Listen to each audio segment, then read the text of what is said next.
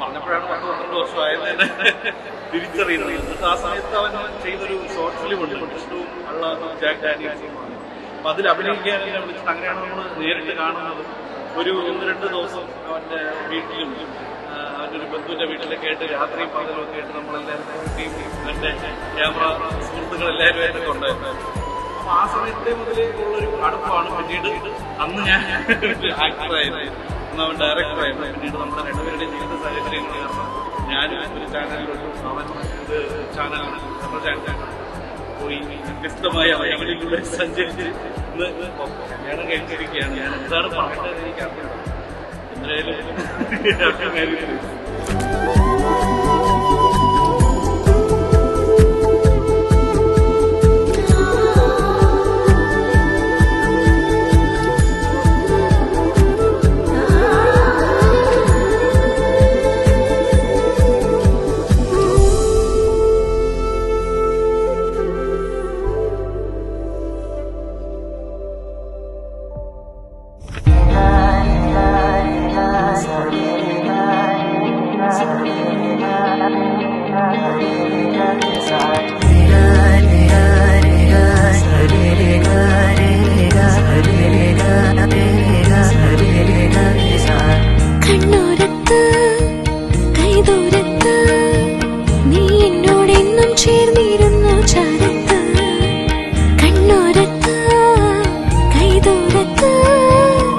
സ്വപ്നം പോലെന്നുള്ളിൽ പെയ്യും നേരത്ത് കോർക്കാം ഇരുകൈകൾ, ഇനി പോകാം കാലങ്ങൾ, നാം ഓരോ ജന്മങ്ങൾ തേടുന്നു വർണ്ണങ്ങൾ.